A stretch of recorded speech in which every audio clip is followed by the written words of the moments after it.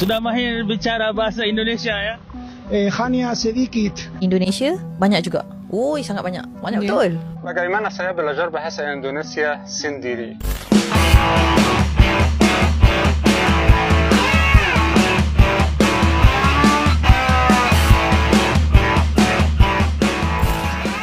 Pengaruh besar bahasa Indonesia di negeri Upin Ipin kian tak terbendung.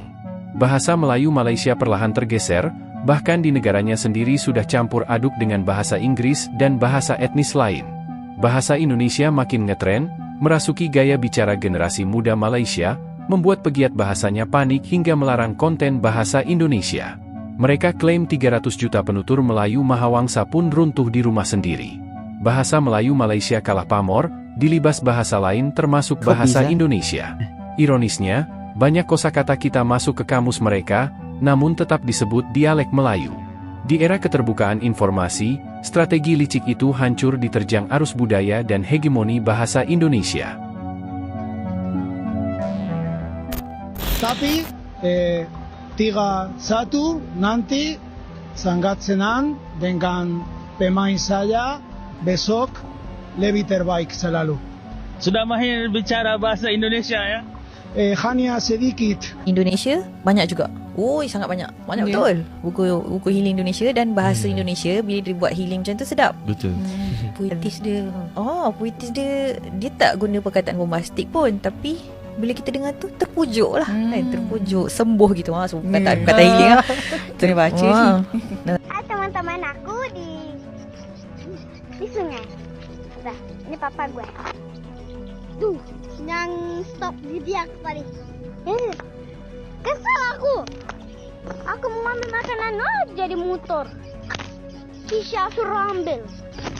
Isya? Oh, Isya. Enggak. Isya. Lupa namanya. Isya. Karena teman baru. Ini makannya ada di dalam ini ya.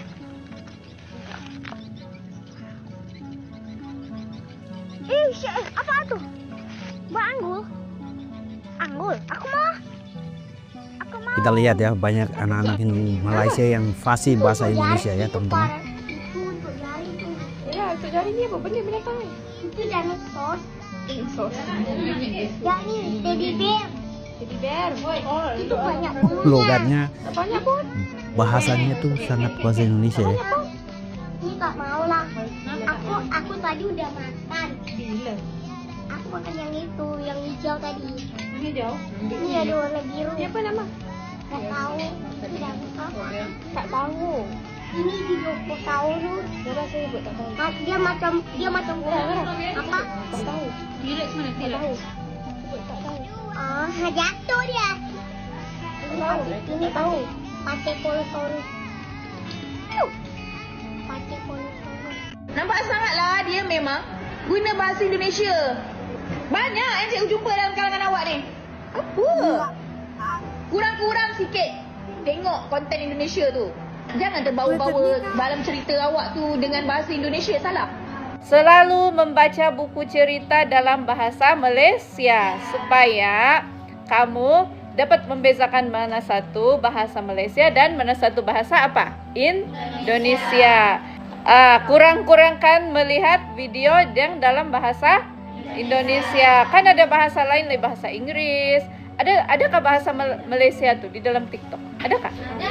Tengoklah bahasa Malaysia banyak. Dekat kita semakin hari semakin hilang jati diri dan menggunakan bahasa Melayu itu dianggap sebagai sesuatu yang memalukan. Bagaimana Prof melihat perkara ini, Prof? Iyalah, saya pun turut bersedih oleh sebab bahasa kita kan bahasa kebangsaan dan bahasa ibunda kita. Jadi apabila orang tidak memberi kepentingan kepada bahasa, tidak menghormati bahasa, tidak memandang penting menggunakan bahasa dengan baik, maka itu menjadikan bahasa tidak penting lagi, satu perkara yang sepatutnya tidak berlaku. Memanglah saya rasa sesiapa yang mencintai bahasa Melayu akan berasa sedih. Tapi bila bahasa Melayu dicampur-campur dengan Inggeris, kok tak komplain? Sedang berbahasa Indonesia dikomplain. Masalahnya apa, Pak Cik? Semua negara di dunia ini mempunyai bahasa kebangsaannya yang tersendiri. Di Malaysia, Perkara 152 menetapkan bahawa bahasa Melayu merupakan bahasa kebangsaan di Malaysia. Bahasa Indonesia merupakan bahasa kebangsaan di Indonesia yang dituturkan oleh warga Indonesia. Dalam sistem pendidikan di Malaysia ini, bahasa Melayu dan juga bahasa Inggeris merupakan mata pelajaran teras yang wajib dikuasai oleh semua pelajar di Malaysia. Bahasa Indonesia boleh digunakan di Indonesia bila kami ke Indonesia seperti Jakarta, Surabaya, Bandung, Aceh dan sebagainya. Adalah seharusnya menjadi kewajipan kepada warga Indonesia yang bekerja di Malaysia bertutur menggunakan bahasa kebangsaan Malaysia, iaitu bahasa Melayu. Faham tak, makcik? Aku pun tak tahulah macam nak cakap sekarang ni kan. Dulu dah kecoh tentang penggunaan bahasa Melayu sebagai bahasa kebangsaan. Sekarang kecoh lagi. PIBG 11, SMJK dan SMC bantah keras pelaksanaan paksa sekurang-kurangnya satu kelas guna BM sebagai bahasa pengantar. Jujurnya lah, benda macam gini hanya memalukan je. Sebab apa? Okay, cuba kau fikirkan. Di pekerja warga asing datang ke negara kita untuk bekerja, sampai 3-4 bulan dia tak boleh cakap bahasa Melayu dengan lancar.